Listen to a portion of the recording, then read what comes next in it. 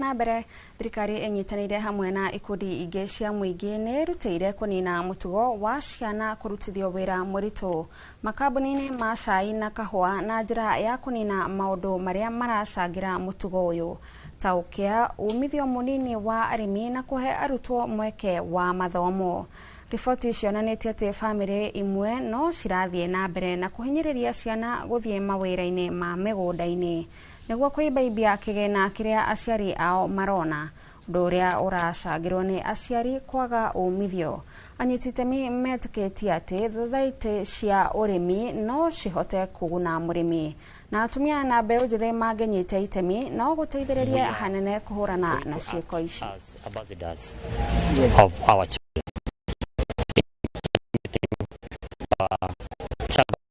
In our activities,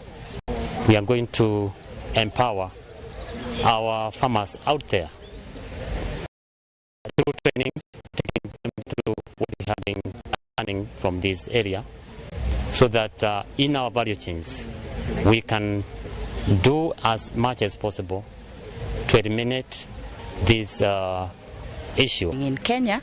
our latest study that was done in 2025 states that of every 4 children out of 5 in sub-Saharan Africa, they are facing child labor, and therefore this becomes a major problem.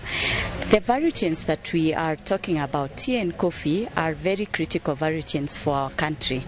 and therefore if we do not address the emerging issues like child labor, it means that we are also looking at decreased incomes for our farmers. One, in their bylaws, they can put policies that fight or that is against their child labor,